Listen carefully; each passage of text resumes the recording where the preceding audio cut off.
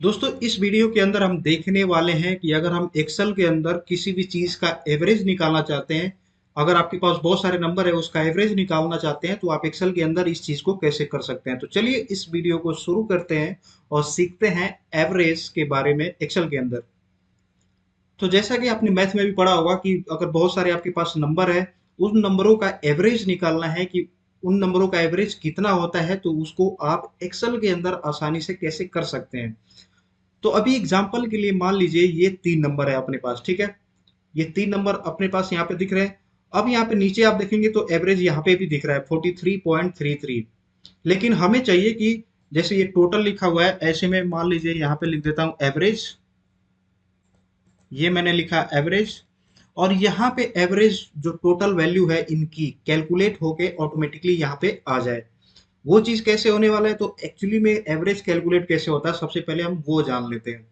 तो एवरेज, जैसे ये 3 नंबर आपको दिख रहे हैं, इन तीनों का सम, यानी कि इन तीनों का जोड़ के कितना हुआ, और उसके बाद से डिवाइड करते हैं कि कितने नंबरों को हमने लिया है। तो यहाँ पे 3 नंबरों को लिया है तो ये जैसे 130 जोड़ के आया, ठीक है?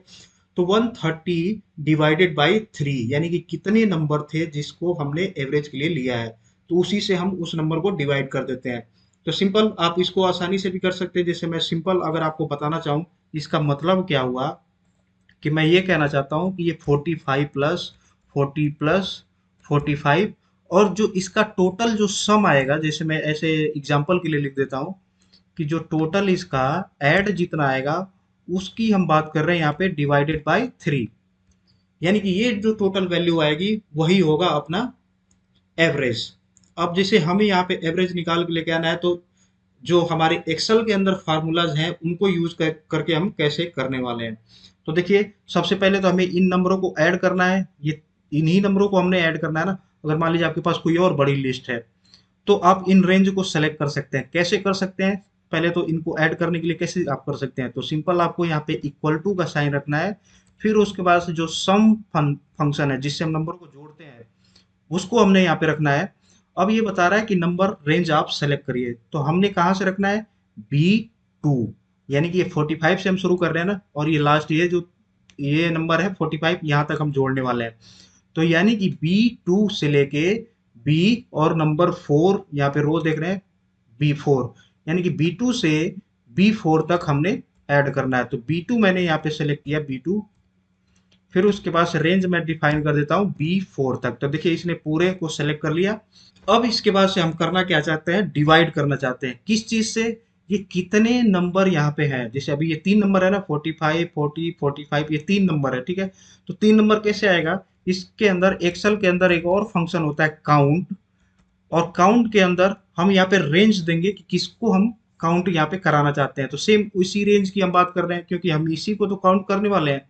45 40 ये कितने काउंट में आते हैं, तो वही ये जो रेंज हमने स्टार्टिंग में दिया था B2 और B4, उसी को हम यहाँ पे यूज कर लेंगे। तो जैसे B2 मैंने दिया, फिर उसके बाद से हम दे देते हैं B4।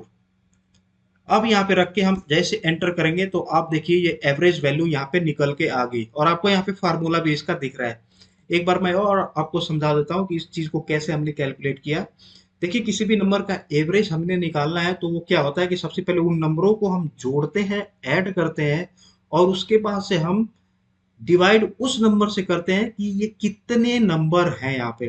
तो सबसे पहले हमने इनको जोड़ा, ये सभी नंबर जितने हैं 45 प्लस 40 प्लस 45, इनको जोड़ा, और उसके बाद से हम डिवाइड कर रहे हैं किससे, नंबर ऑफ नंबर्स। यहाँ पे कितने नंबर्स हैं, यहाँ पे तो 3 नंबर है, उसी से हमने डिवाइड कर दिया। ये देखिए आपको इस तरीके से दिख रहा है। लेकिन आपको इसकी कैलकुलेटेड वैल्यू चाहिए तो आपको इस तरीके से यहाँ पे लिखना पड़ेगा।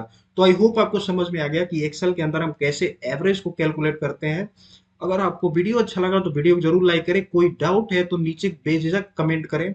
मिलते हैं आगे वीडियो में, तब तक के लिए धन्यवाद।